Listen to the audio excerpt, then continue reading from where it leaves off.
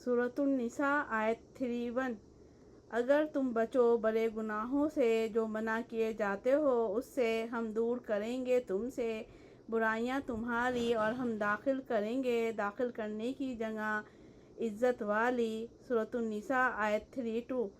اور نہ تم تمنا کرو اس کی جو فضیلت دی اللہ نے، ساتھ اس کے بعض کو تم میں سے اوپر بعض کے مردوں کے لیے ایک حصہ ہے اس میں سے جو کمایا انہوں نے، اور عورتوں کے لیے ایک حصہ ہے اس میں سے جو کمایا انہوں نے، اور سوال کرو اللہ سے اس کے فضل میں سے، بے شک اللہ ہے ساتھ ہر چیز کے جاننے والا۔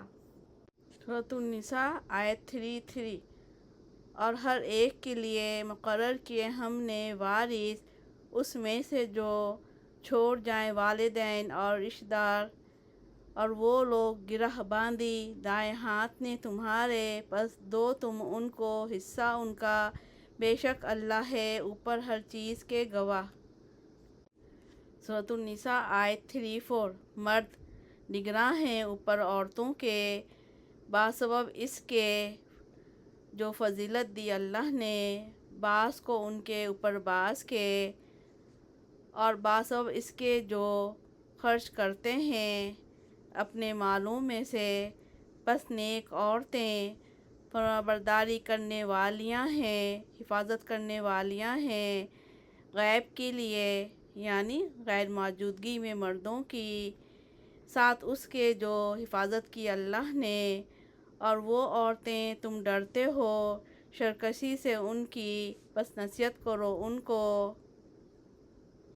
اور چھوڑ دو ان کو بستروں میں، اور مارو ان کو، پھر اگر اطاعت کریں تمہاری، پس نہ تم تلاش کرو اوپر ان کے کوئی راہ، بے شک اللہ ہے بلند بہت بڑا۔